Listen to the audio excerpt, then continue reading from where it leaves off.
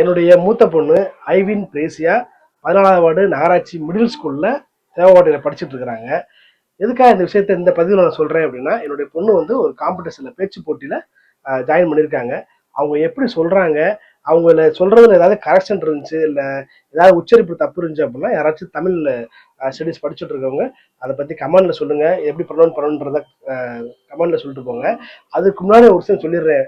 எல்லாருமே வந்து நம்ம கவர்மெண்ட் ஸ்கூல்ல ஏன் படிக்க வைக்கணும், நம்ம வந்து பிரைவேட் ஸ்கூல்ல படிக்க வச்சு நல்லா இருக்குமே, நம்ம எல்லாமே ஸ்டேட்டஸை பேஸ் பண்ணி தான் நம்ம வந்து பிரைவேட் ஸ்கூல்ல சேர்க்கிறோம்.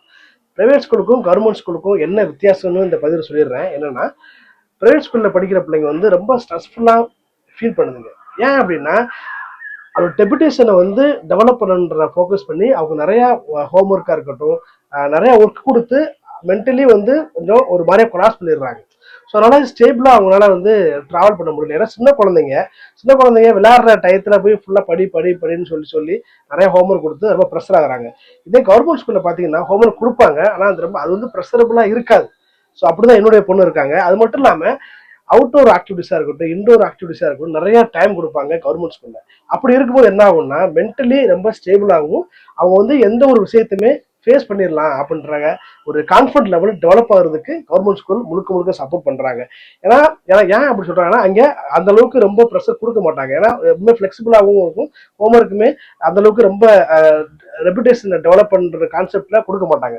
ஸோ அது மட்டும் இல்லாமல் நிறைய காம்படிஷன்ல ஜாயின் பண்றதுக்கு கவர்மெண்ட் ஸ்கூல் நிறைய ஆப்பர்ச்சுனிட்டி கொடுப்பாங்க. ஆனால் பிரைவேட் ஸ்கூல்ல ஸ்ட்ரென்த் அதிகமாக இருக்கிறனால பர்டிகுலரா ஒரு சில பிள்ளைகளுக்கு மட்டும் தான் வந்து அந்த காம்படிஷன் ஜாயின் பண்ற ஸ்டேஜ் கொடுப்பாங்க. ஸோ அப்படி இருக்கும்போது கவர்மெண்ட் ஸ்கூல்ல என்ன படிக்கிற 5 பிள்ளையா இருக்கணும், 10 பிள்ளையா இருக்கணும், 10 பிள்ளைகளுமே ஒவ்வொரு காம்படிஷன்ல ரேண்டம் லெவல்ல வந்து போய் ஜாயின் பண்ணி அதில் வந்து ஜெயிக்கிறதுனால அவங்களுடைய கான்ஃபிடன்ட் லெவல் டெவலப் ஆகிட்டு இருக்கும். ஸோ இதுதான் கவர்மெண்ட் ஸ்கூலுக்கும் பிரைவேட் ஸ்கூலுக்கும் டிஃப்ரெண்ட். ஸோ இப்போ என்னோட பொண்ணு கவர்மெண்ட் ஸ்கூலில் படிச்சு இப்போ ஒரு ஸ்கூல் கவர்மெண்ட் ஸ்கூலுக்கு 6வது வார்டு கவர்மெண்ட் ஸ்கூலுக்கு போறாங்க காலையில். ஸோ அவங்க எப்படி ஸ்பீச் பண்றாங்க, அவங்க விஷயத்த ஏதாவது கரெக்ஷன் இருந்தால் கமெண்ட்ல சொல்லுங்க. ஒரு வாழ்த்து தெரிவிச்சு போங்களேன்.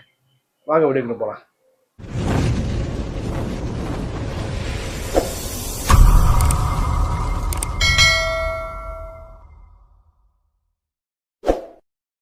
அனைவருக்கும் வணக்கம்.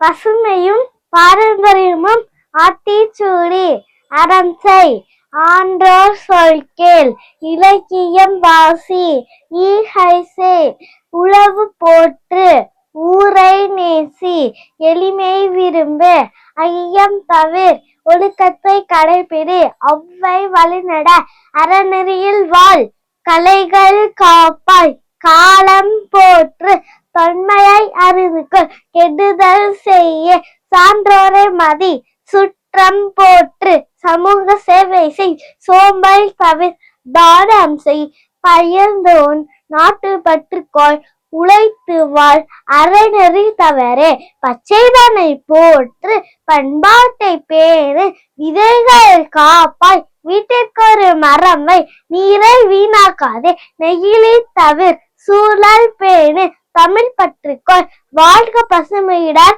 வளர்க பாரம்பரியத்துடன். நன்றி, வணக்கம்.